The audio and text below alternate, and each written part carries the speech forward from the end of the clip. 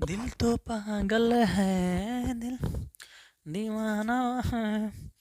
Hello student, कैसे आप सभी? आई होप कि आज आप लोग सभी अच्छे होंगे और आप सभी की पढ़ाई बहुत अच्छी चल रही होगी। और अभी के इस क्लास में हम लोग करने वाले हैं जो टॉप साइंस का 101 चल रहा है प्रश्न आपका। ये आपका क्वेश्चन नंबर करेंगे हम 14 से। इसके पहले वाले क्लास में चला हम कर लिए हैं, ठीक है। कल लाइट में कट गया था। अब बहुत धांसू प्रश्न आया है ये। आई प्रश्न तोरा एग्जाम में 100% लिख के ले लो। मैं मोहर मार देता हूँ, मैं ठेपा मारता हूँ कि तोरा एग्जाम में प्रश्न छप चुका है। खाली जा करके इसका आंसर भर देना है। कहोगे सर इतना कॉन्फिडेंस से? बिल्कुल कॉन्फिडेंस लेवल से पूरा बोल रहे हैं। तोरा एग्जाम में छप गया है क्वेश्चन, खाली जाकर लिखना है, ठीक है।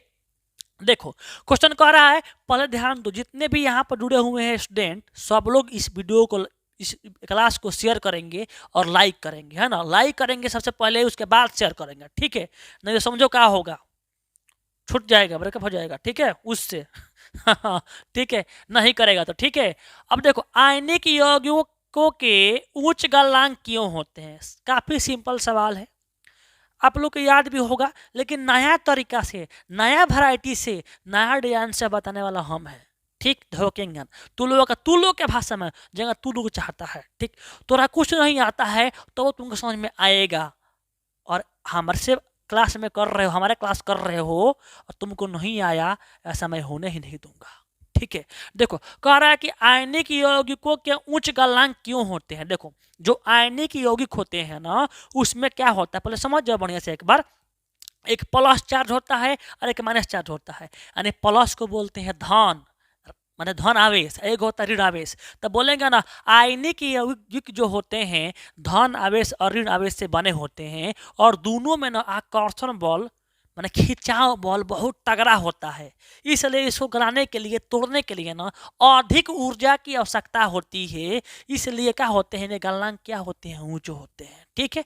ये रहा तुम्हारा एक भाषा में, ठीक। अब समझो हमारा भाषा। अब देखो किस तरह लिखेंगे ना। देखो आयनिक, अब तुमको नहीं आया तो देखो यहाँ पर खूब बढ़िया तुमको बताएंगे हम। कल बताए भी थे लेकिन क्या में घबरा गया, लाइने काट दिया, है ना। तो आयनिक यौगिक जो होते हैं NaCl, ठीक है। NaCl का क्या है तुम्हारा, एक आपका ये आयनिक यौगिक है। देख चला, एक पे होता है प्लस चार्ज, एक पे होता है माइनस चार्ज। तो कहेंगे ना आयनिक यौगिक के गलनांक उच्च होते हैं, क्योंकि एक धन आवेश कण, एक क्या होता है ऋण से। धन आवेश से ऋण आवेश से बने होते हैं, और दोनों में आकर्षण बल, खिंचाव बल बहुत काफी तगड़ा होता है। इसलिए क्या होते हैं, ये गलनांक उच्च होते हैं। अब रहा हमारा भाषा में, देखो एक लड़का है, कल बताए थे, एक लड़की है, एक क्या है, लड़की है। तो अब देखो एक लड़का इधर है, एक लड़का इधर है ना। तो कहेंगे लड़का लड़का तो नहीं मिला गाला। अगर तू ही जाता है, अगर तुम मान लो कहीं मिलने जाओगे तो लड़का रहेगा, लड़का रहेगा और तने उन्हें मिलोगे, है ठीक है। लड़का लड़का से जो भेंट होगा ना, तने कमे पजे में पकड़ोगे। लेकिन अगर लड़की का, अगर तुम लड़का हो लड़की भेज से गाला मिलना है ना, तनी 2 मिनट बढ़ाइयो के तनी ना पकड़ कर रखेगा, ठीक है। अगर मान लो कि तुम्हारा गर्लफ्रेंड है, आप बहुत दिन पढ़ाई है, अब मिला हुआ है, खूब पकड़ कर इससे पकड़ेगा, वो पकड़ रहेगी, खूब बढ़िया से पकड़ रहेगी, एकदम टाइट पकड़ रहेगी। क्यों कि तुम हो गया धन आवेश, धन मतलब कौन चीज प्लस, और वो हो गया ऋण आवेश मतलब लड़की मतलब कौन चीज ऋण आवेश। और दोनों खूब पकड़ कर रखा हुआ है। क्यों? क्योंकि दोनों अपोजिट है। अब एक प्लस है, एक माइनस है, और खूब कस के पकड़ कर रखा है एकदम ताकत ताकत के साथ। तब हेने से 4 लाठी मारेगा तो वो नहीं छोड़ेगा, ना ना ना ना ना अभी और ही पकड़े हम, ठीक। आउने से मारेगा तब वो नहीं छोड़ेगा। तो कहेंगे दोनों में क्या है, खिंचाव बहुत तगड़ा है, दोनों में प्यार बहुत तगड़ा है। अब प्यार तगड़ा होगा तो एकदम पकड़ कर रखेगा, है कि नहीं। लेकिन अगर मान लो कि प्यार तगड़ा नहीं हो, मेकअप लड़कियां जो है तनी मेकअप नहीं की हो, मुंह तनी बसात हो, तो है जाए पकड़ने के लिए कहेगा छोड़ जल्दी करके हटाओ, जल्दी हटाओ। तो कहेंगे दोनों के बीच क्या है, दोनों के बीच आकर्षण बल कम है, इसलिए नहीं खींच पा रहा है। लेकिन यहाँ पर देखो लड़का लड़की दोनों सुंदर सुंदर है, लड़की सुंदर है और दोनों पकड़ कर रखा हुआ है। तो कहेंगे दोनों के बीच क्या है, दोनों के बीच आकर्षण बल बहुत तगड़ा है। इसलिए दोनों को अलग करने के लिए ना ढेर बल लगेगा, ढेर शक्ति लगेगा। इसलिए दोनों का आकर्षण बल अधिक है, इसलिए दोनों को तोड़ने के लिए अधिक बल लगेगा। और ये दोनों के आकर्षण बल अधिक होने की वजह से दोनों में जो खिंचाव है अधिक है, इसी प्रकार से यहाँ पर NaCl में Na और Cl में क्या होता है, आकर्षण बल अधिक होता है, खिंचाव बल अधिक होता है, इसलिए आयनिक यौगिक क्या होता है, गलनांक उच्च होता है। समझ में आ गया ना? तो आप लोग अपने भाषा में लिखेंगे, क्या लिखेंगे, देखो जिनको नहीं आता लिखेंगे ना, आयनिक यौगिक जो होते हैं, आयनिक यौगिक धन आवेश और ऋण आवेश से मिलकर बने होते हैं, दोनों के बीच प्रबल आकर्षण बल होता है, दोनों को अलग करने के लिए अधिक ऊर्जा की आवश्यकता होती है ना।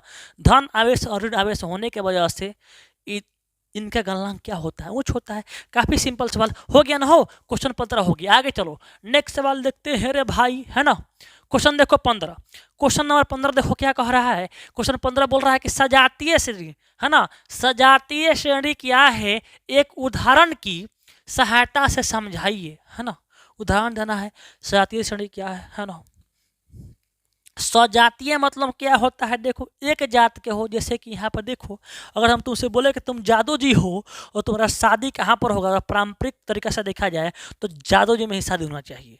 लेकिन तुम लव मैरिज करेगा तो कुछ भी हो सकता है, कुछ भी हो सकती है, कहीं किसी कास्ट का हो सकती है, हम किसी एक खास का नहीं बोल रहे हैं, किसी का हो सकती है, ना हो सकती हो।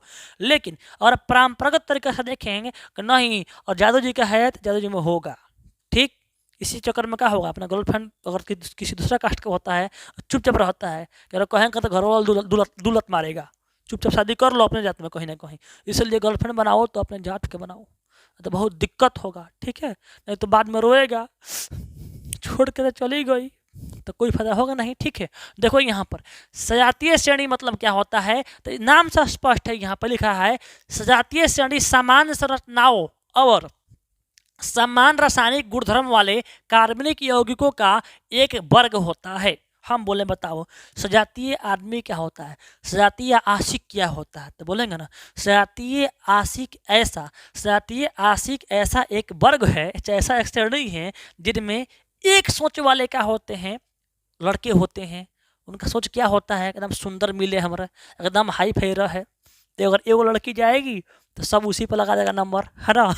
बढ़िया रहेगी तो वही एक वर्ग होता है। वही सजातीय श्रेणी समान संरचनाओं समान रासायनिक गुणधर्म वाले क्या होते हैं, कार्बनिक यौगिकों का एक वर्ग होता है जिसमें अनुक्रमिक यानी क्रमागत लगातार यौगिक CH2 वर्ग द्वारा क्या होते हैं, भिन्न होते हैं। सीधे बोलेंगे ना सजातीय श्रेणी एक ऐसा श्रेणी है जिसमें कार्बनिक यौगिकों का एक वर्ग होता है जिसमें CH2 का अंतर होता है, जिसमें क्या होता है, CH2 का अंतर होता है। सजातीय श्रेणी के विभिन्न कार्बनिक यौगिकों है ना सजात कहलाती है, क्या कहलाती है, सजात कहलाती है। बस इतना ही लिखना है, ये 2 नंबर का सवाल आपका है, आगे नहीं लिखना है, आगे हम लिखवाए हैं ये आपको नहीं लिखेंगे तो वो आपका चल जाएगा, ठीक है, नहीं लिखना है। इसका नोट्स आपको आज मिल जाएगा या कल मिल जाएगा, ठीक है।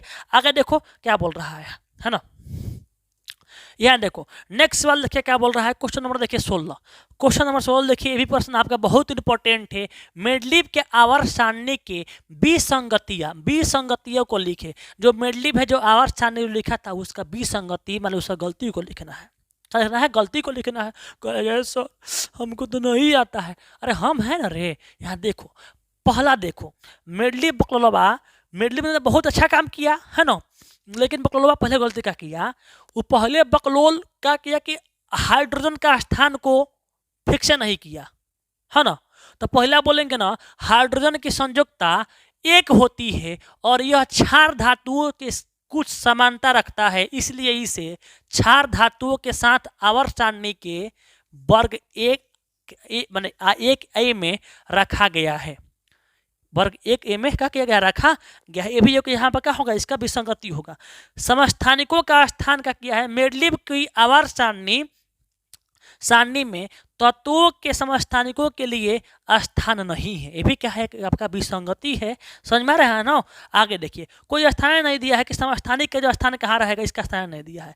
आगे बोल रहा है तत्वों का व्युत्क्रम स्थान, मतलब ना यहाँ कुल मिलाकर क्या लिखोगे ना, मेडलीव के आवर्त तालिका यानी सारणी में कुछ अधिक परमाणु द्रव्यमान वाले तत्व कम परमाणु द्रव्यमान वाले तत्व के पहले रख दिए गए हैं।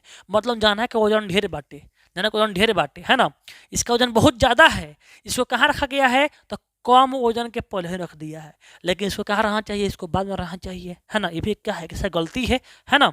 जबकि अधिक परमाणु द्रव्यमान वाले तत्व को कम परमाणु द्रव्यमान वाले तत्व के बाद रखना चाहिए, है ना। ये भी एक इसका क्या है, विसंगति है। इसमें से किसी दो को कर दीजिएगा, या तो एक का 2-3 को लिखा गया है, किसी दो को लिख दीजिएगा आप लोग एग्जाम में, तो आपका नंबर मिल जाएगा। ठीक है, आगे चलिए नेक्स्ट सवाल देखिए।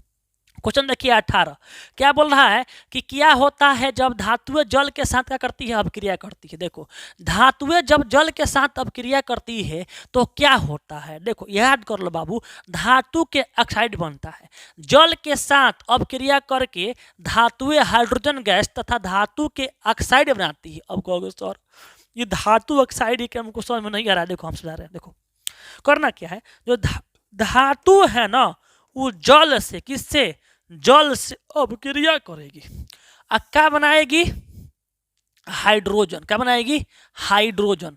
क्या बनाएगी, हाइड्रोजन बनाएगी, यानी H2 बनाएगी, H2 बनाएगी, गैस बनाएगी, और धातु के ऑक्साइड, धातु की ऑक्साइड, धातु के ऑक्साइड बनाएगी, धातु के ऑक्साइड। तो देखो जैसे कि मान लो कि धातु ले लिए, कौन चीज हम यहाँ ले लिए, हम ले लिए यहाँ पर ले लिए Mg। क्या ले लिए, Mg, यहाँ पर H2O जल हो गया। अब क्रिया करेंगे तो निकल जाएगा H2O, और क्या बनेगा, धातु के ऑक्साइड, धातु का है यहाँ पर Mg है, और क्या है आपका O बन जाएगा, MgO बन जाएगा। सीधा इसका आंसर हो जाएगा कि धातु जल से अपक्रिया करके हाइड्रोजन गैस और क्या बनाती है, आपका धातु के ऑक्साइड को निर्माण करती है। आया ना समझ में हो, तो थोड़ा बातें कम करेंगे, अभी जो नए नए आ रहे हैं थोड़ा लाइक कर देंगे, है ना। देखो यहाँ पर इसे छोड़ देंगे, उतना ही लिखेंगे, कोई दिक्कत नहीं है। या इसे भी लिख सकते हो ना कि जो धातु ऑक्साइड जल में घुलनशील है, जल से घुलकर धातु हाइड्रोक्साइड प्रदान करते हैं, इसे नहीं लिखना है ना। ये आपका जो क्वेश्चन लिखवाए है ना, ये 3 नंबर 4 नंबर के लिए आप लोग के एग्जाम में 2 नंबर पूछ पे करेगा, ठीक है ना। पहले ध्यान दो, अब थोड़ा तनी मजाक कम, तनी क्वेश्चन ढेर करना है, इसलिए आप लोगों को यहाँ पर तनी पढ़ने पर रखिए, सीरियस तन रहिए। दूसरी बात, आप लोग जो भी स्टूडेंट जुड़े हुए हैं थोड़ा लाइक नहीं कर रहे हैं तो लाइक भी करते रहिए, ठीक है। उत्सर्जन किया है, लो एक क्वेश्चन तुम्हारे एग्जाम में छप गया है, उत्सर्जन रोज निकालता है सुबह सुबह। आप समझते हो कि जब रोज सुबह निकालते हैं हम जाते हैं टॉयलेट, वहीं उत्सर्जन है, नहीं, बहुत चीज़ उत्सर्जन है।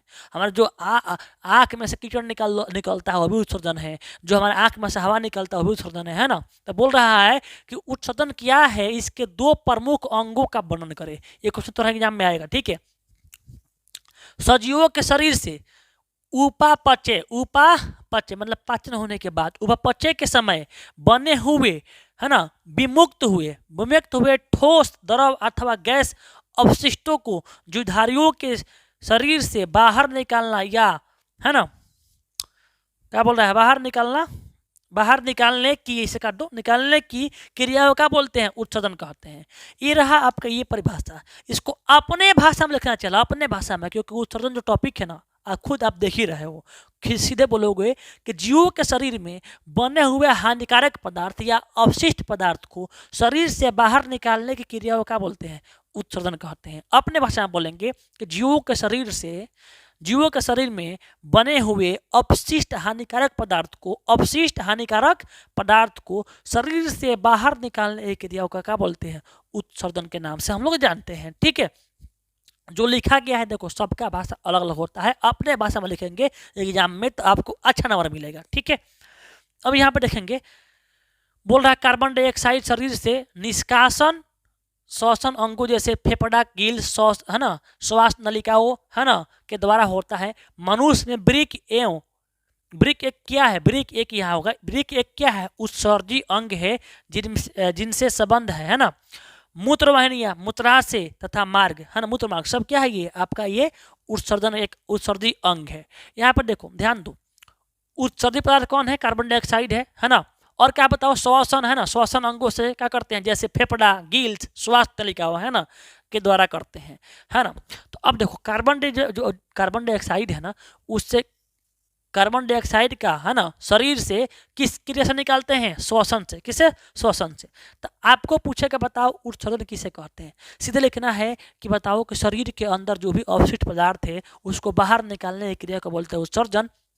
और बोल रहा है कि 2 प्रमुख उत्सर्जी अंग का नाम लिखना है, तो एक क्या लिख देंगे, ब्रिक, है ना, ब्रिक एक उत्सर्जी क्या है, अंग है, और एक क्या होगा, मूत्रवाहिनी या मूत्राशय, है ना, तथा मूत्र मार्ग सब क्या है आपका ये उत्सर्जी अंग, ये भी होता है, क्या संबंध रहते हैं। श्वसन अंग भी क्या होता है आपका उत्सर्जी अंग होता है। आया समझ में हो, आया होगा, ठीक है। आगे चलते हैं, नेक्स्ट सवाल देखते हैं। क्वेश्चन नंबर कितना आपका आ गया है ना, जो नीचे होगा उसे छोड़ सकते हैं, कम कम लिखना है। ठीक है, आगे देखो क्या बोल रहा है कि लाल रक्त कणिकाओं की रचना है ना, संरचना और कार्य लिखिए। जो लाल रक्त जो है ना बाबू, लाल रक्त पक्का तो इबे करेगा, ये ध्यान दो। तब का इसमें लिखेंगे ना कि लाल रक्त कणिकाएं हमारे शरीर में 40 से 55 लाख प्रति घन मिलीमीटर उपस्थित है। कितना है? 40 से लेकर के 55 लाख। ठीक है, इनकी औसत जो है, औसत जीवन अवधि 120 दिन होता है, याद रखेंगे। इसका औसत कितना होता है? 120 दिन तक जीवित रहती है ना, लाल रक्त का, आरबीसी का बोलते हैं। ये छोटी केंद्रक रहित डिस्क की तरह होती है। रहित मतलब होता है जिसमें केंद्रक नहीं होता है ना। इनके किनारे उठे हुए है ना, उठे हुए पर बीच में दोनों ओर से क्या होती है? पिचकी होती है। आप लोग है ना, इनमें हीमोग्लोबिन नामक पदार्थ, लौह है ना, क्या होता है बताओ? हीमोग्लोबिन पदार्थ नामक लौह प्रोटीन होता है। याद रखेंगे। यहाँ पर देखो आप लोगों का लिखना है कि लाल रक्त कणिकाएं जो है ना हमारे शरीर में 40 से कितना होती है? 40 से 55 लाख प्रति घन मिलीमीटर होती है। इनका औसत जीवन अवधि यानी काल कितना होता है? 120 दिन का होता है। और इसका चाहो तो देखो, जहां जहां तुम चाहते हो, जहां जहां छोड़ना है तो अपने मन से छोड़ भी सकते हो, है ना। तो यहाँ पर क्या कर देंगे? यहाँ पर ये छोटी केंद्रक रहित क्या है? डिस्क की तरह होती है। इनके किनारों उठे पर है ना, उठे पर बीच में दोनों क्या होते हैं? दोनों ओर से पिचके होते हैं। इसे चाहो तो आप यहाँ से छोड़ भी सकते हो, है ना। जो आपको टफ लगे, मतलब जो आपको याद नहीं हो सके उसे छोड़ दो। क्योंकि देखो आपके एग्जाम में ना, एग्जामिनर जो चेक करेगा कॉपी ना, वो मेन टॉपिक ही देखता है। ठीक, यहाँ से यहाँ हो क्या? लाल रक्त कणिकाएं ऑक्सीजन को फेफड़े से ऊतकों तक और CO2 को ऊतक से है ना, ऊतक से फेफड़ों तक पहुंचाने का काम करती है।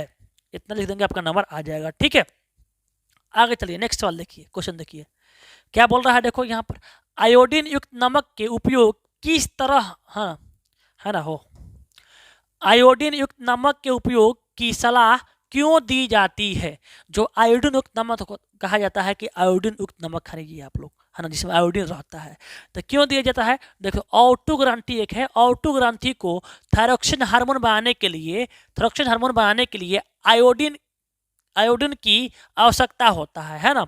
हमारे शरीर में प्रोटीन और वसा के उपापचय को थायरॉक्सिन कार्बोहाइड्रेट नियंत्रित करता है ना। तो बोलेंगे ना, ऑटो जो ग्रंथि होती है, ऑटो ग्रंथि, उसको थायरॉक्सिन हार्मोन बनाने के लिए हम किसका जरूरत है बताओ? आयोडीन का जरूरत है। इसलिए क्या होता है, हमें कहा जाता है कि आयोडीन युक्त नमक खाइए, क्योंकि थायरॉक्सिन जो हार्मोन होता है वो कार्बोहाइड्रेट को क्या करता है? कार्बोहाइड्रेट को नियंत्रित करता है। और कार्बोहाइड्रेट को नियंत्रित करने के लिए क्या चाहिए? थायरॉक्सिन चाहिए। और थायरॉक्सिन जो है कब बनेगा? जब आयोडीन हो। कौन बनाएगा? ऑटो ग्रंथि बनाएगा, है ना। तो बोलेंगे ना, ऑटो ग्रंथि को थायरॉक्सिन हार्मोन बनाने के लिए आयोडीन की आवश्यकता होती है, क्योंकि थायरॉक्सिन हार्मोन जो होता है वो कार्बोहाइड्रेट की मात्रा को नियंत्रित करता है। इसलिए कहा जाता है कि हमें आयोडीन युक्त नमक को खाना चाहिए। ठीक है, आगे देखिए, नेक्स्ट सवाल देखिए क्या बोल रहा है। इसमें देखो और भी दिया गया है, इसको छोड़ देंगे। क्यों छोड़ देंगे भाई? कि हम लोग को 2 नंबर क्वेश्चन दिया है। जितना भी 2 अंकीय प्रश्न आएगा सब इसी में से आएगा। ठीक है, इसलिए 2 अंक वाले प्रश्नों को हम लोग को ढेर जवाब नहीं देना है। ये जो लिखा गया है, जो हम लिखवाए हैं, ये 3 नंबर, 4 नंबर, 5 नंबर लाकर हम लिखवा देंगे यहाँ। ठीक है, आगे चलिए, नेक्स्ट सवाल देखिए। यहाँ पर क्या बोल रहा है? DNA की प्रकृति, है ना। कितना क्वेश्चन हो गया इसमें? 23 हो गया ना। अच्छा, क्वेश्चन जो नंबर सीरियल जो होगा, किसी किसी के छूट गया होगा, 22-23 छूट गया होगा, तो उससे मत घबराइएगा आप लोग। ठीक है, DNA की प्राकृतिक बनाना, है ना, प्राकृतिक बनाना जनन के लिए आवश्यक क्यों है? बोल रहा है ना कि DNA को, है ना, DNA जनन के लिए आवश्यक क्यों है? देखो क्यों है। DNA प्राकृतिक का प्रजनन में क्या महत्व है? ये भी हो सकता है क्वेश्चन, या तो ये रहेगा या तो ये रहेगा। देखो, जनन की प्रक्रिया में वैसे ही समरूप संतान की प्राप्ति की जाती है जैसे जन्म देने वाले हो। DNA की प्रकृति के रूप में, है ना, प्रतिकृति, है ना, गलती बोल रहे हैं क्या हो? प्रतिकृति नहीं है, हो प्रतिकृति है ना। प्रतिकृति बनाना जनन के लिए क्यों जरूरी है? क्वेश्चन था ये कि DNA की प्रतिकृति बनाना जनन के लिए क्यों जरूरी है? जनन के लिए ये क्यों जरूरी है? देखो, जनन की प्रक्रिया से वैसे ही समरूप संतान की प्राप्ति की जाती है जैसे जन्म देने वाले हो। डीएनए की प्रतिकृति के परिमाण स्वरूप वंशानुगत गुणों से युक्त संतान की प्राप्ति होती है। इसलिए डीएनए की प्रतिकृति बनाना क्या होता है? जरूरी होता है। अपना भाषा में लिखेंगे तो डीएनए की जो प्रतिकृति होती है ये बनाना इसलिए जरूरी होता है कि जनन में वैसे ही जीव पैदा होते हैं जैसे कि उनके माता पिता होते हैं। तो इनके माता पिता के जैसा जीव को पैदा करने के लिए क्या जरूरी है? डीएनए जरूरी है। तो कहेंगे ना, अब किसी जीव के संतान जो होता है उसके समरूप, उसके समान पैदा करने के लिए डीएनए की प्रतिकृति बनाना क्या है? काफी जरूरी है। अपने भाषा में इसके